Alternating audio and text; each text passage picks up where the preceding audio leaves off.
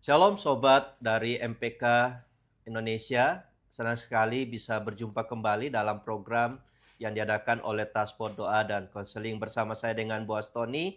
Dan saat ini kita sudah bersama dengan Ibu Lita Patricia Lunanta. Selamat malam Bapak Ibu, Selamat saudara malam. sekalian.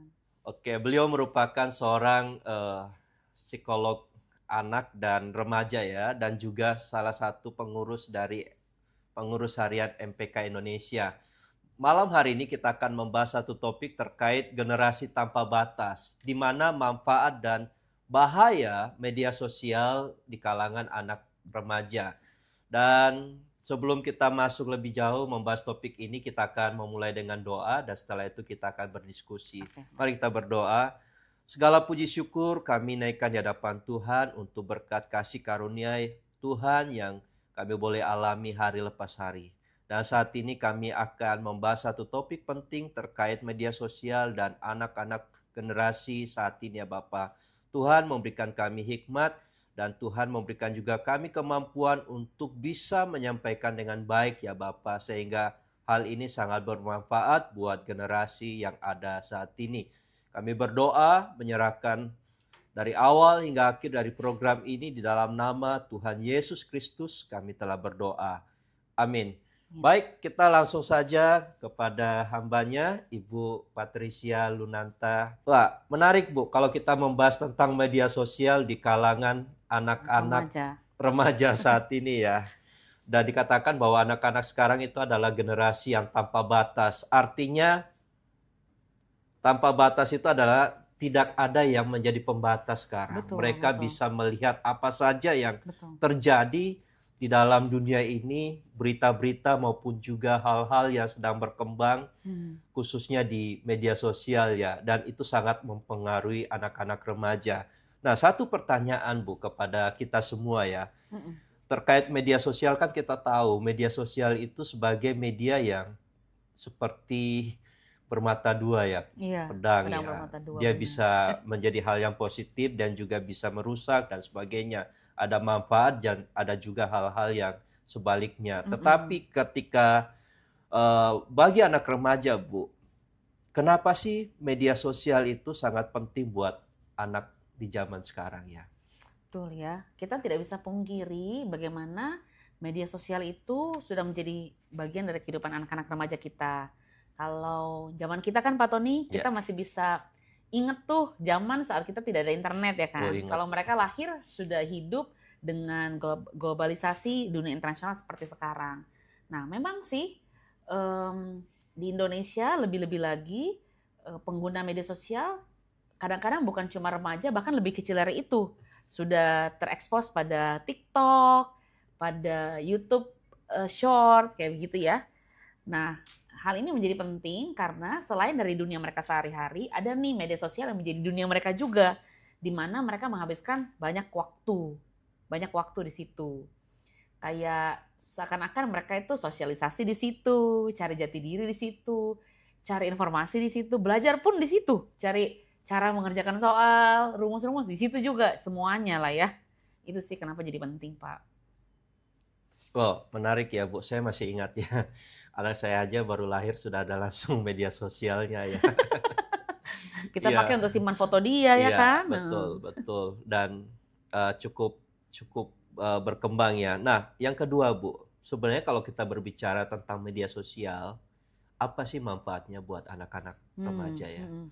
Nah, sekarang ini saya suka lihat banyak orang-orang yang secara aktif, dia tuh mau mengedukasi, kasih kita informasi gratis lah begitu ya, lewat media sosialnya. Nah, kalau kita konten yang kita ikutin hal-hal seperti itu, di situ kita bisa banyak belajar dan berkembang. Contoh yang saya alami sekarang, anak saya sekarang kelas 12, saya tuh banyak berterima kasih dengan akun-akun yang membagikan tips and trik untuk ujian, pilihan universitas, syarat-syarat kayak gitu loh Pak. Jadi di situ anak-anak bisa belajar dan berkembang dari konten-konten itu. Nah, di situ juga remaja bisa ekspresi diri. Kalau Bapak perhatikan, remaja-remaja itu ketika berkumpul, mereka biasanya tuh keluarin handphone kan Pak. Lalu di depan handphone mereka joget-joget atau apa, mengekspresikan diri sesuai dengan tren dance atau tren lagu yang ada saat ini gitu. Jadi mengekspresikan diri, memberitahu ke dunia, ini loh teman saya, ini loh cara saya begitu ya. Kadang-kadang mereka juga bisa mengkreasikan sesuatu lalu bikin konten terhadap apa yang mereka buat. Itu ekspresi diri. Nah, sekarang juga remaja banyak memanfaatkan media sosial bahkan untuk karir ya. Nah, kita tahu sekarang misalnya sekolah atau universitas mencari remaja itu yang holistik gitu. Nah, bagaimana caranya remaja ini kasih tahu dirinya itu holistik? Jadi kalau ada kegiatan, dia record di media sosialnya. Kalau dia bikin pelayanan, dia record. Terus kalau misalnya dia mau cari penghasilan tambahan, dia jadi tutor atau jadi content creator, itu juga lewat media sosial. Gitu, jadi banyak aspek sih. Wow, iya, ya saya melihat sendiri bagaimana media sosial itu sangat memfasilitasi buat Macam-macam anak-anak remaja dalam keperluan. perkembangan mereka ya, khususnya Betul. dalam pengetahuan, dan itu sangat bermanfaat. Pastinya ketika dikatakan bermanfaat, cuma ada juga yang satunya ya sangat berbahaya Sangat buat anak remaja. berbahaya. Ya. Nah, kalau bahayanya ini kalau saya bilang sih, eh, kalau satu kata ya, porsinya sih sepertinya. Misalnya dari 24 jam, berapa banyak waktu yang kita pakai di media sosial. Kayaknya kita sepakat lah, ya kan Pak, apapun yang berlebihan itu kurang baik. Nah, media sosial juga tidak lepas dari prinsip itu. Semuanya kalau terlalu banyak kan tidak bagus. Jangan sampai keterlibatan kita di media sosial menghambat kehidupan kita di dunia nyata, menghambat relasi di dunia sebenarnya. Jadi ada kejadian-kejadian juga remaja-remaja yang di dunia sosial, di media sosial maksud saya, kayaknya aktif, supel, lucu. Tapi ketika kita ketemu orang aslinya, kok tidak kayak begitu ya? Jadi dia banyak berlatih, berbicara di media sosial, tapi rupanya kurang berlatih di dunia nyata. Jadi ada tidak imbang begitu, karena kebanyakan waktu di media sosial. Kemudian yang paling gampang, yang orang tua suka marah karena kebanyakan kan, jadi bisa mengganggu tidur misalnya. Atau karena dipegang terus tuh. Jadi memang kayak kita tuh, kamu tuh hidup di duniamu sendiri, kayak kita tuh nggak ada. Nah, lalu ada kekhawatiran untuk kecanduan juga.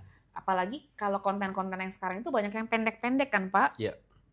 Itu kita bikin pindah dari satu hal ke hal lain gitu, kayak nggak bisa fokus.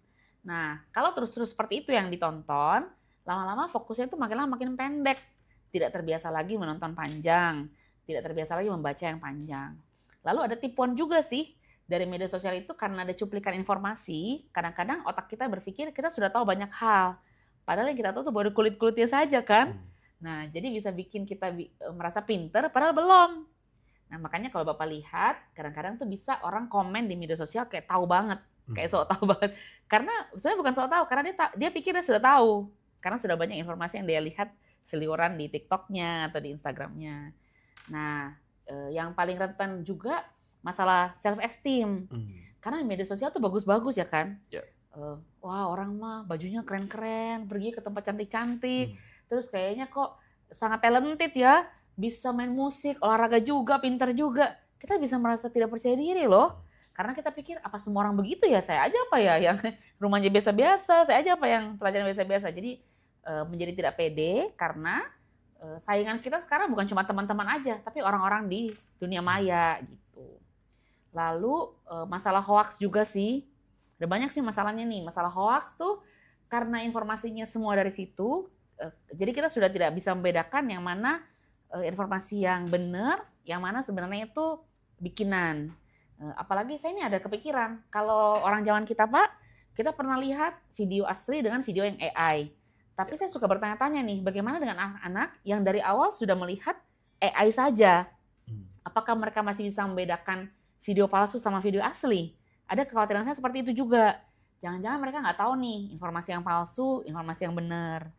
Lalu belum lagi cyberbullying. Kalau Bapak perhatikan, mungkin juga Bapak Ibu sekalian notice, kalau komen-komen tuh lebih sadis dari beritanya loh. Betul. Misalnya beritanya apa, tapi komennya orang itu bisa, wah, kadang takut juga liatnya. Ya, seperti tidak boleh, seakan-akan kita jadinya tidak boleh berbeda pendapat. Berbeda pendapat langsung kena bullying, walaupun cyberbullying ya. Yeah.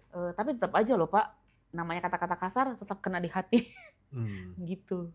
Nah itu beberapa bahayanya cyberbullying, hoax, membandingkan diri, dan juga kecanduan.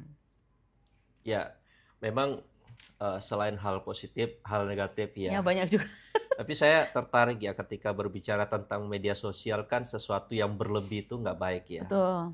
Nah, bagaimana kita bisa mengatur Bu porsinya buat anak-anak? Khususnya buat orang tua kepada anak atau guru kepada anak dan sebaliknya ya, supaya kita menolong mereka. Apa yang kita Betul, betul, lakukan? betul. Mungkin ada tahap-tahap nggak? Yang praktis begitu Iya, ya. yang praktis. Nah, yang pertama itu kadang-kadang nggak usah anak-anak Pak, saya aja sendiri. Ya. Kalau misalnya saya bilang saya mau lihat sebentar gitu ya, tapi nggak sadar loh Pak. Kadang-kadang setelah saya sadar, loh kok sudah lama waktu berlalu ya kan? Karena dari satu hal lompat ke hal lain kita nggak sadar banyak waktu berlalu. Nah, yang paling pertama itu sebenarnya menyadari berapa banyak sebenarnya waktu yang sudah kita pakai di handphone kita lah, di gadget. Nah, biasanya handphone tuh ada layanannya tuh Pak, ngasih tahu screen time berapa jam. Nah, itu bisa menjadi awalan yang baik. Biasanya saya bilang ke anak-anak, ke remaja-remaja yang saya tangani, kita bikin kayak timetable begitu, lalu mereka tandain kapan mereka berhubungan sama gadget mereka. Biasanya itu akan menjadi eye opener sih, seperti mereka baru lihat, oh sebanyak ini rupanya. Karena nggak usah mereka, kita juga bisa kaget Pak kalau kita lihat report harian. Saya juga suka kaget tuh, 7 jam screen time, banyak juga nih saya pegang handphone ya kan. Mungkin balas WA segala macam. Nah, informasi awal ini menjadi langkah pertama. Udah tahu berapa banyak. Nah, dari situ baru kita coba bahas bersama-sama tentunya ya, yang mana yang mau dikurangi. Kadang-kadang saya pikir gini, seperti orang tua sikapi media sosial itu kepada anak seperti musuh. Jadi anaknya juga defensif. Ini bukan musuh saya, ini teman saya nih, ini hidup saya di sini. Jadi lebih baik tuh sebenarnya bagaimana bikin ini lebih efektif yuk nak, sama-sama. Jadi kayak ini perjuangan kita bersama. Bukan saya larang kamu, tapi gimana yuk supaya kita bisa ambil sisi positifnya dari alat ini. Jadi kayak dia juga sama-sama berjuang menganalisis seberapa banyak dia sudah pakai, apakah dia merasa perlu dikurangi, atau dia bisa lihat, oh ini belajar nih, oh ini main game nih. Jadi dia tahu. Jadi langkah pertamanya yang paling praktis menganalisa seberapa banyak pakai media sosial dan digunakan buat apa saja. Gitu Pak. Itu yang pertama ya. Nanti yang kedua dan seterusnya ya tentu ada diskusi lah, batasannya gimana lah. Kayak gitulah langkah-langkah selanjutnya. Ya, kita melihat ya, kadang-kadang saya melihat di media sosial, Bu, ada anak sampai kecanduan, Bu. Betul. Jadi dia kayak bisa ngamuk, Iya, terus kelihatan gelisah. betul. Nah, itu yang mau kita hindari kan. Jadi relasinya dengan alat itu sudah tidak sehat lagi lah. Gitu. Kalau di tahap itu sebenarnya pengalaman Ibu bagaimana mengatasi atau mengobati? Mungkin apa lah yang Seperti itu bisa ya. dilakukan untuk menyelamatkan anak itu jangan sampai terlalu dalam, Bu. Oke. Karena bayangkan dari sejak kecil sudah kecanduan, Betul, betul. bagaimana dia bertumbuh di dalam dunianya seperti itu. Kalau saya lihat adiksi itu sebenarnya bendanya apapun, misalnya alkohol, apa ya Pak, semua yang adiksi itu bikin efek yang sama ke otak. Jadi cara kerjanya mirip lah begitu ya. Nah, jadi kita ikutin aja protokol adiksi yang umum. Nah, biasanya itu yang pertama harus dilakukan sebenarnya extinction, dalam arti stop dulu sama sekali, detoksifikasi gitu. Nah, ini susah sih. Susah. Karena dalam tahap detoksifikasi, kalau misalnya alkohol, dia di rumah sakit gitu ya, kayak tidak berdaya. Tapi kalau media sosial kan anaknya berdaya banget. Jadi kalau lagi saat detoksifikasi justru ngamuk, marah, segala macam kan. Nah, itu berat sih. Tapi menurut saya itu harus dijalani. Nanti kalau dia sudah seperti mulai dari nol gitu ya, Pak Tony, nah baru pelan-pelan kita bisa kenalan lagi dengan lebih sehat. Karena kalau misalnya sudah terlanjur kebanyakan, mau dikurangi, itu kayaknya berat sih. Mendingan dibersihkan dulu sama sekali. Susah sih Pak, Ya, susah. karena memang satu sisi juga peran orang tua yang membuat Ya, dia benar. masuk ke situ. Jadi orang tua nggak mau direpotkan. Betul, ya saya juga kadang-kadang ada merasakan manfaat seperti itu juga. Misalnya ada perlu sekali kita pakai gadget terus tawarkan ke anak, nak kamu mau nonton nggak? Mama ada perlu nih, jangan diganggu. Kita kasih kan sebagai babysitter lah, gitu. Nah kadang-kadang jadi orang tua juga ada kontribusinya di awal Pak. Bagaimana anak-anak itu bisa kecanduan? Sebenarnya dari kita juga ada salahnya lah, bukan semata-mata anaknya saja. Iya, ini karena memang perkembangan ya. Jadi Benar. hal-hal praktis yang bisa diberikan, tetapi justru itu racun yang ditawarkan ya, Betul, betul. pelan-pelan. Bu, sebagai penutup Bu, tadi sempat kita melihat ya bahwa gadget itu mempengaruhi interaksi Mm-mm. dan juga ada berita-berita hoak yang bukan hanya kepada orang dewasa, Betul, tapi anak-anak juga bisa terpengaruh ya. betul. Dan ada banyak lagi yang dimana AI itu ya, video asli Iya, dan susah susah sekali dibedakan. bedakan. Susah karena perkembangan AI juga terus Terus makin mirip tambah ya, dan bagus. kita melihatnya itu sesuatu yang memang positif, menolong kita sebagai content creator ya untuk tidak perlu capek mencari Betul, betul. ini, tetapi bisa diwakili oleh AI. Nah, Mm-mm. sebagai pertanyaan terakhir Bu, kalau melihat dengan perkembangan yang ada, kemudian anak remaja, kita itu sebagai orang tua, Mm. apa yang kita harus lakukan dan membekali mereka itu terkait media sosial itu seperti apa, Bu? Oke, Pak, sebenarnya kan media sosial ini sama seperti hal lain sih yang ada di dunia kan. Mm-mm. Kalau kita bilang jangan pakai, nggak mungkin lah. Iya, Kayak kita lihat kolam renang aja lah. Nah itu kolam renang jangan lompat ya. Yang mendingan ajar berenang kan, iya. ya kan. Sama sih media sosial juga begitu. Kita sudah daftar semua negatifnya. Ya udah kita coba hindari itu. Yang paling saya concern sebenarnya apa yang kita lihat, yang kita dengar itu kan input ke otak.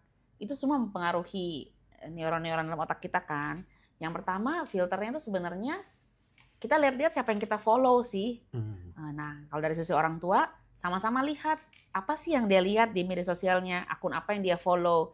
Siapa tahu kan yang dilihat tuh matematika, ya kan, rumus-rumus kimia, bagus dong biarin. Itu sih pertama, follow akun-akun yang memang baik gitu. Mungkin bapak, ibu, pendidik lebih tahu nih orang-orang mana yang sudah bisa dipercaya. Kan ada tuh akun-akun yang kita juga percaya. Oh ini yang bagus nih kontennya. Nah itu kita bantu anak kita filter yang mana yang bagus, yang mana tidak. Kadang-kadang anak-anak bisa punya idola-idola yang mereka suka, tapi mungkin kita tahu sesuatu mengenai idola tersebut, kita juga bisa bantu kasih masukan, bukan larang mentah-mentah, tapi bisa bantu berdiskusi. Oh kamu suka ini, kok mama rasa lucu ya seleranya, menurut kamu gimana nih lagunya, misalnya kayak gitulah Pak. Jadi bantu anak menjadi kritis terhadap hal-hal yang dia follow, supaya apa yang dia lihat, apa yang didengar itu oke. Itu yang pertama. Terus yang kedua tentu batasi waktunya, supaya ada kegiatan lain. Biasanya paling gampang atau paling efektif di counter dengan kegiatan fisik. Karena kalau main gadget itu identik dengan kegiatan sedentary kan, diem, duduk. Harus ada counternya itu dengan kegiatan yang aktif. Olahraga, yang bertanding, olahraga yang berkelompok lebih baik supaya dia bisa belajar kompetisi, terus belajar interaksi dengan sesama. Terus juga harus kritis terhadap info-info yang ada. Bagaimanapun info itu selalu tanya ulang. Bapak ingat nggak waktu belum lama ini ada demo, itu kan kita sampai bingung harus percaya yang mana. Nah itu penting banget anak-anak bisa mengkritisi info yang mereka baca tersebut, sumbernya, siapa yang bilang, apa buktinya, kayak gitu Pak. Jadi apa tadi kalau diringkas ya, yang pertama siapa yang kita follow, terus yang kedua waktunya, terus yang ketiga kritis, harus kritis, selalu kritis, menilai ini benar enggak, siapa orang ini, sumbernya dari mana, terus cari cara lain untuk cross check lah. Misalkan di media sosial saya bisa bilang, kalian tahu nggak sih sekarang anjing kakinya sudah 3 loh. Ya bisa aja kan saya bisa bilang apapun. Nah kalau kamu lihat ada konten seperti itu, harus tahu cara cross checknya. Sebenarnya anjing sekarang kakinya berapa? Contohnya gitu sih. Ya menarik memang kalau orang buat konten kan sesuatu yang mengundang pertanyaan ya, ya dan kadang kan bisa itu tujuannya. Tujuannya kan biar menarik ya. Ya, memang perkembangan media sosial itu mengajak anak harusnya berpikir kritis ya, bukan mencari hal yang praktis. Dan itu yang terjadi sekarang, bagaimana anak remaja, bahkan bukan hanya anak remaja ya, setiap kita itu mau cari cepat pemberitaannya dan tanpa menyelidiki, dan hal ini sangat berpengaruh khususnya dalam perkembangannya. Baik Bu, wah cukup menarik kalau kita membahas tentang media sosial dan anak remaja ya dalam perkembangannya yang ada.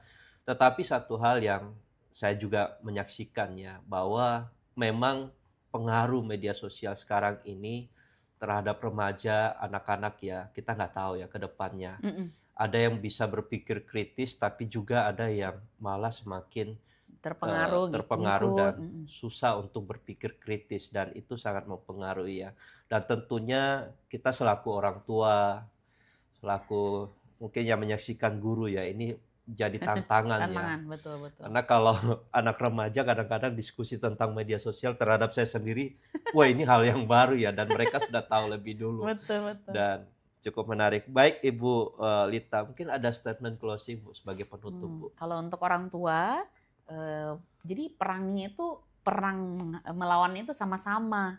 Jangan jadikan anak kita musuhnya kan, perangnya sama-sama. Terus kalau ada hal yang kita nggak tahu, tolong jangan dihindari, kayak bilang apa tuh mama nggak suka kayak gitu. Justru cari tahu, apa sih, apa yang bikin kamu suka?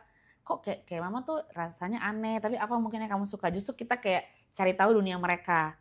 Itu kalau dari segi orang tua sama pendidik. Kalau dari segi anak-anak, bagus banget sih sebenarnya memperluas wawasan, melihat semua konten-konten yang bagus, tutorial segala macam bagus ya. Tapi jangan lupa mengenali diri sendiri itu harus pertama. Kita harus tahu dulu diri kita siapa, aslinya kita nih siapa, baru kita bisa keluar gitu ya, keluar di dunia sana, mengenali orang lain.